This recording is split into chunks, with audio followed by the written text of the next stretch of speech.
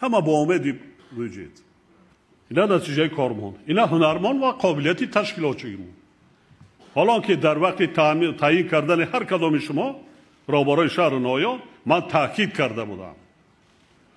نمیتوانید امروز جا را خوری کنید. پرابلم کادری نیست. این نشانه آن است که با صاحبکارا سر کار نداریم، مناسبت نمیکنیم. نه اینکه با صاحبکارای وطنی و خارجی.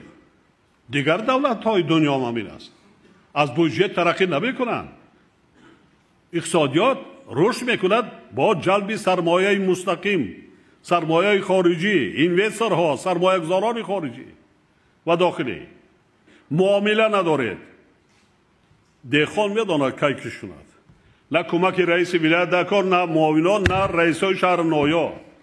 دهقان میداند کی کش کند، چرا کش کند، کی جمع آوری کند. و چرا میروی خبر میرسونید دستا در پشت بیان.